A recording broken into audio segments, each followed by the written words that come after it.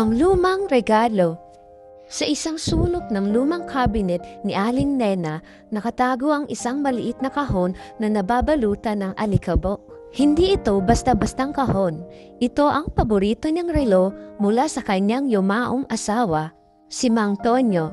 Isang simpleng relo de kamay na laging suot ni Tonyo bago pa man niya ibigay kay Nena sa kanilang ika-25 anibersaryo.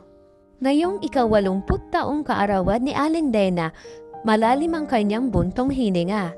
Habang minamastan ang relo, "Ang bilis ng panahon, Tonyo," bulong niya. "Parang kahapon nang magkasama pa tayong naglalakad sa tabing dagat."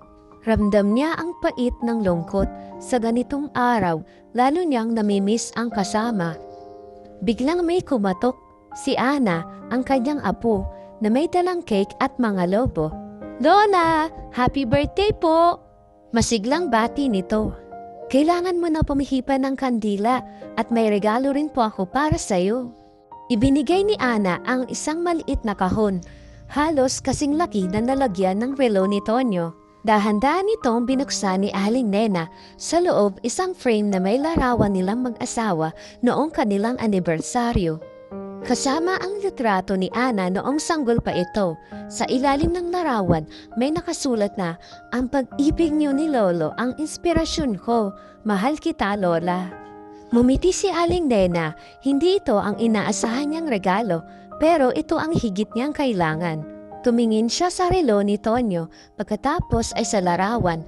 Hindi nawawala ang pagmamahal, nagbabago lang ang anyo nito. Ang lungkot ay dahang-dahang napalitan ng init sa kanyang puso. "Salamat, Apo," sabi niya habang pinipigilan ang luha. Sa araw na iyon, natutunan niya ang pinakamagandang regalo ay hindi lamang ang mga bagay na nahahawakan, kundi ang mga alaala at pagmamahal na nananatili kahit sa gitna ng kalungkutan.